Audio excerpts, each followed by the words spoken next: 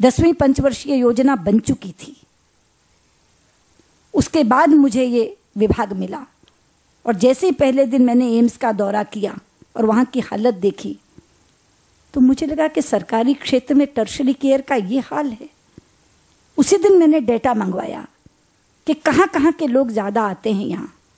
चिकित्सा की दृष्टि से पिछड़े राज्यों के नाम जोड़े तो उड़ीसा, बिहार, मध्य प्रदेश, छत्तीसगढ़, उत्तराखंड, राजस्थान, ये 6 एम्स छांटे और 6 दूसरे अस्पतालों को एम्स के तर्ज पर अपग्रेड करने की बात की। और मैं लेकर चली गई अटल जी के पास कि अटल जी, मैं चाहती हूँ कि 6 एम्स बनाऊँ। उन्होंने मेरी तरफ देखा, 56 साल में 1 एम्स बना, तुम 1 साल में 6 एम्स बनाना चाहती हो। मैंने कहा क्योंकि ये अटल बिहारी वाजपेयी की सरकार है, 1 साल में 6 एम्स बना सकती है। मैंने कहा लेकिन प्लानिंग कमीशन आड़े आ रहा है। वो कहते हैं कि 10वीं पंचवर्षीय योजना बन चुकी है, 4000 करोड़ का ये प्रोजेक्ट नए सिरे से कैसे हम लोग मान लें। पंत जी, केसी पंत प्लानिंग कमीशन के चेयरमैन थे। मैंने कहा अटल जी, अगर आप चाहते हैं कि ये बने तो आपको एक फ़ोन करना होगा केसी पंत को। उन्होंने मेरे सामने उठाकर फ़ोन किया और कहा कि सुषमा, एक बहुत बड़ा सपना लेकर आई है, बहुत अच्छी योजना है, आप इसको स्वीकार कर लीजिए। उन्होंने कहा 10वीं पंचवर्षीय योजना बन चुकी। तो उन्होंने कहा इसका मतलब है कि 5 साल सपने देखना बंद कर दें, 5 साल नई योजनाएं नहीं आएंगी। इसे ये विभाग उसके बाद मिला है, आप इसको इन प्रिंसिपल अप्रूवल दे दीजिए, बजट हम दे देंगे। और मुझे उसके बाद इन प्रिंसिपल अप्रूवल मिल गया। जसवंत सिंह जी उस समय वित्त मंत्री थे, मैं उनके पास गई। मैंने कहा ये 6 राज्य में मैं ये बनाना चाहती हूँ। तो बोले राजस्थान में जोधपुर में बनाओगी? मैंने कहा ज़रूर बनाऊंगी। तो बोले लो, बजट हेड क्रिएट कर दिया, आगे बढ़ो और ये 6 एम्स बनेंगे। कभी भी वो बनेंगे, वो 6 एम्स लिख दिए गए मेरे नाम। मैं आईएनबी मिनिस्टर थी, मैंने देखा कि कौन से फैसले पेंडिंग हैं। 40 साल से फिल्म वाले फिल्म को इंडस्ट्री कहने की मांग कर रहे थे और फिल्म को इंडस्ट्री ना होने के कारण से बैंक उन्हें पैसा नहीं देते थे, अंडरवर्ल्ड से उन्हें पैसा लेना पड़ता था, वो मजबूर थे। मैंने उसी दिन कहा कि अच्छी फिल्म और अच्छे धन का बहुत सीधा रिश्ता होता है। अगर बैंक से पैसा मिलेगा तो अंडरवर्ल्ड के शिकंजे से फिल्म वाले निकल जाएंगे। जब फिल्म वालों का प्रतिनिधिमंडल मेरे पास आया, मैंने कहा 30 दिन के बाद कार्यक्रम रख लो, मैं इसको इंडस्ट्री घोषित करने का नोटिफिकेशन लेके आऊंगी।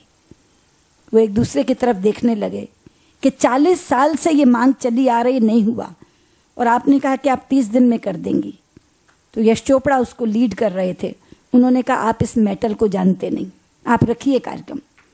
और आज मैं गर्व से कह सकती हूँ कि 30वें दिन कार्यक्रम हुआ और बंबई के लीला होटल में मैं नोटिफिकेशन की कॉपी लेकर गई थी और फिल्म को इंडस्ट्री डिक्लेयर कर दिया था। आज ये जो मीडिया बूम आपको देश में दिख रहा है, ये केवल मेरे एक फैसले का काम है।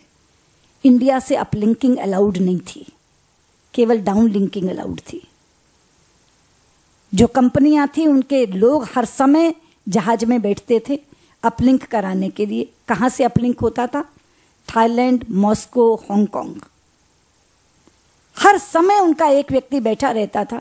तो वो कहते थे हम न्यूज़ चैनल तो चला ही नहीं सकते, क्योंकि जब जाकर अपलिंक होगा तब तक न्यूज़ बासी हो चुकी होगी। तो मैंने कहा इसके पीछे मुझे कारण तो बताओ। बोले कि नहीं, अपलिंक होगा, कुछ का कुछ ये लोग दिखाते रहेंगे। मैंने कहा उल्टा, डाउनलिंक जब आप करते हो तो आपके ऊपर किसी तरह का कोई प्रतिबंध आप नहीं लगा सकते, क्योंकि कंटेंट बाहर से आ रहा है, आपका कोई उसके ऊपर अधिकार नहीं है। कितना मॉनिटरिंग करवाओगे बैठा कर। लेकिन अगर अपलिंक करते हो तो आप अपना कोड बना सकते हो, आप चैनल को बंद करवा सकते हो। मुझे समझ नहीं आती कि इतना बेहुदा काम क्यों। 1 महीने में मैंने इंडिया से अपलिंकिंग अलाउ की थी और ये पूरा मीडिया बूम, जो लाखों लाख लोग आज मीडिया में लगे हैं और उनको रोजगार मिल रहा है और भारत एक हब बन गया है, ये उस फैसले का। मैं ऐसे 20 उदाहरण दे सकती हूँ, लेकिन केवल उल्लेखनीय 2 उदाहरण 2 अलग विभागों के अगर आपको दिए तो महज इसलिए कि याद की जाओगी फैसलों के लिए, फाइलें निकालने के लिए नहीं। इसलिए पहले तय करो कि ये दायित्व मुझे मिला है, इसमें मैं ये कर सकती हूँ। तुरंत फैसले लो। और अधिकारी बहुत आड़े आएंगे, बहुत माथापच्ची करनी पड़ेगी। ये जो मैं 10 महीने में 6 एम्स को यहां तक पहुंचा पाई, उसका भी राज बता दूं। मैंने अपने कमरे में 1 घंटा डेडिकेटेड रख दिया था हर रोज। उसका नाम था एम्स आर, 3 से 4। रोज 3 से 4 एम्स आर के अंदर हर अधिकारी मेरे पास आकर बताएगा कहाँ की जमीन की प्रोग्रेस क्या है, कहाँ चीफ मिनिस्टर से बात होकर के जमीन ले ली गई है, कहाँ हमें शिलान्यास के लिए कौन सी तारीख तय करनी है। हर दिन की प्रगति मॉनिटर करती थी मैं। एम्स आर था वो, 3 से 4 हर दिन, प्रतिदिन। और सारे लोग जो इस प्रोजेक्ट से जुड़े थे वो 3 से 4 में आते थे और उसे 1 घंटे में बात करते थे। लोगों को ये मालूम था, अधिकारी डिले कर ही नहीं सकते थे कि अगले दिन बताना है तो 24 घंटे में कुछ ना कुछ करके जाना है तो अगले दिन मैडम को बता पाएंगे। तो स्पीड बहुत बड़ी है। केवल फैसला ले लेना और उसको कागज पर रख देना, नीचे ना उतरवा पाना, उससे भी कुछ नहीं होगा। इसलिए जो सुशासन और सशक्तिकरण की बात जब हम करते हैं, महिला सशक्तिकरण तो आप सबका एक लक्ष्य है ही। आप राज्य महिला आयोग में हैं तो भी महिला सशक्तिकरण आपका लक्ष्य है, समाज कल्याण बोर्ड में है तो भी आपका महिला सशक्तिकरण लक्ष्य है, और महिला बाल कल्याण मंत्रालय संभाल रही हैं या स्कूल संभाल रही हैं तो भी महिला सशक्तिकरण आपका लक्ष्य है। लेकिन उसके लिए आप अपने माध्यम से क्या क्या कर सकती हैं, आपके पास क्या क्या अधिकार हैं, उन अधिकारों के माध्यम से जो जो आप कर सकती हैं उन फैसलों की सूची बनाइए, वो फैसले लीजिए और उन फैसलों को अमली जामा पहनाने के लिए उसमें स्पीड डालिए। उसके बाद ये सशक्तिकरण में आपको स्वयं को एक आत्मसंतोष का अनुभव होगा। धीरे धीरे धीरे धीरे जैसे करते जाएंगे। ये ठीक है कि ये सब होने के बाद भी अगर राजनीतिक सशक्तिकरण नहीं है तो महिला के पास अथॉरिटी नहीं है। और ये हमने स्वयं देखा है कि असली शक्ति राजनीतिक पॉलिटिकल एम्पावरमेंट से आती है।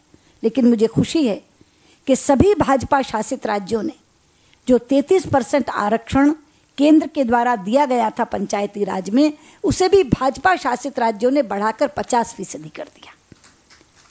आज हर दूसरे गांव की महिला सरपंच महिला है, हर दूसरे जनपद की अध्यक्षा महिला है, हर दूसरी नगरपालिका की अध्यक्षा महिला है, हर दूसरे कॉरपोरेशन की मेयर महिला है, क्योंकि 50% का आरक्षण है।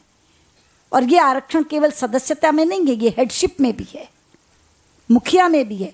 इसीलिए लाखों बहनें सरपंच बनी हैं, नगरपालिका अध्यक्ष बनी हैं, मेयर बनी हैं। यहाँ भी बहुत आई। मेरे अपने संसदीय क्षेत्र की 2 अध्यक्षाएं नगरपालिका की बैठी हैं, पूर्णिमा जैन और मंजू धीरेन्द्र कुशवाहा। हर दूसरी नगरपालिका, हर दूसरा कॉरपोरेशन, हर दूसरा गांव, तो निर्णय प्रक्रिया में हैं आप। राजनीतिक सशक्तिकरण का जहां तक सवाल है, वो असली सशक्तिकरण इसलिए है कि उसके साथ अथॉरिटी आती है। मैं बहुत बार कहती हूं, एक आईटी प्रोफेशनल, एक प्रोफेसर, एक किसी कंपनी में काम करने वाली महिला के पास वो ताकत नहीं है जो ताकत एक लेडी एसपी की, एक लेडी चपड़ासी में है। देखी है हमने ऐसी आईटी प्रोफेशनल जिनको महीने के पहले दिन तनख्वाह सास के हाथ में रखनी पड़ती है, जहां गुस्से का शिकार होने पर पति से पिटना पड़ता है। लेकिन एक महिला एसपी की महिला पियोन को कोई कुछ नहीं कह सकता, क्योंकि उसकी अथॉरिटी उसके बॉस से आती है। उनको लगता है कि अगर तुम कुछ कर दोगे तो तुम्हें जेल के सींचों के पीछे डलवा देगी। ये पॉलिटिकल एम्पावरमेंट जिसे कहते हैं। हम जितनी महिलाएं राजनीति में काम कर रही हैं, यहाँ सांसद बैठी हैं, विधायक बैठी हैं, केवल हम नहीं, हमारे साथ जुड़ी हुई बहनें जो काम करने वाली कार्यकर्त्रियां हैं, उन तक वो अथॉरिटी जाती है।